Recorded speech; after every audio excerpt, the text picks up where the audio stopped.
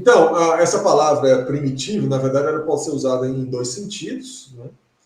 Um primeiro, que não é o que você está se referindo, mas eu vou mencioná-lo para a coisa ficar um pouquinho mais clara.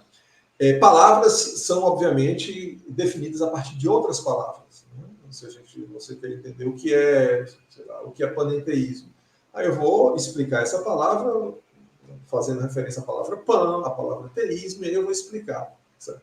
Então, nesse sentido, a gente pode dizer que a palavra, o significado da palavra panenteísmo é derivado a partir da palavra pan, da palavra en e da palavra teísmo. Né?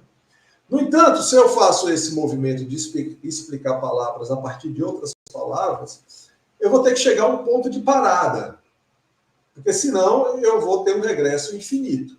Não é isso? Você tem a palavra X, que é definida a partir da palavra Y, mas a palavra Y é definida a partir da palavra Z, e a palavra Z vai ser definida a partir de outra palavra.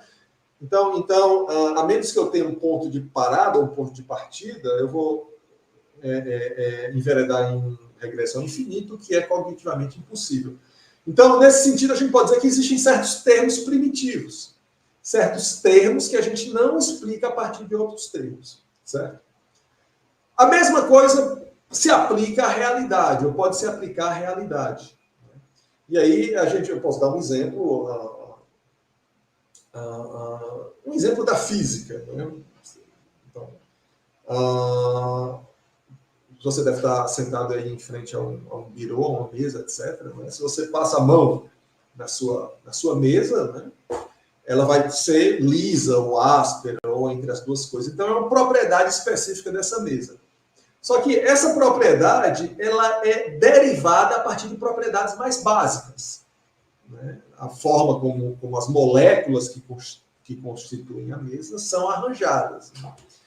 Então a propriedade de aspereza não é primitiva, é uma propriedade derivada. Né? Mas, obviamente, que da mesma forma a gente não pode fazer esse regresso ao infinito explicando palavras, a gente também não pode fazer esse regresso ao infinito dizendo que uma propriedade física ela é derivada a partir de outras propriedades físicas. A gente tem que chegar a um ponto de parada. Assim, de acordo com a visão cientificista dominante, esse ponto de parada talvez sejam quarks ou alguma coisa assim. Então, seriam entidades primitivas. Entidades que não são derivadas a partir de entidades mais básicas. Né? E mais ainda, por serem... E aí, elas não só são primitivas nesse caso, assim, considerando essa visão cientificista, obviamente, mas elas são entidades fundamentais. Tudo o mais que compõe a realidade é construído a partir dessas entidades. Né? São os blocos, como se fossem os tijolinhos básicos a partir dos quais a gente constrói tudo que existe na realidade. Ok? Então é nesse sentido que a gente diz que o conceito de Prakriti seria um conceito metafísico primitivo. Ou seja, seria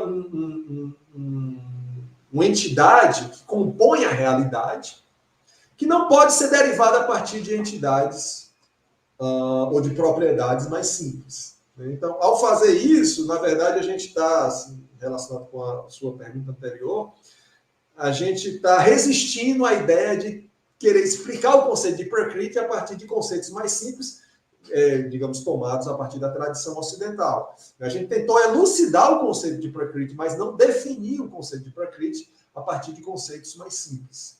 Então essa é a ideia, dizer que o fato de que Deus possui Prakritis, ou possui vários tipos de Prakriti, para ser mais preciso, né? Isso não pode ser explicado a partir de conceitos mais simples, ou não é derivado a partir de elementos mais simples da realidade. Mais ou menos isso.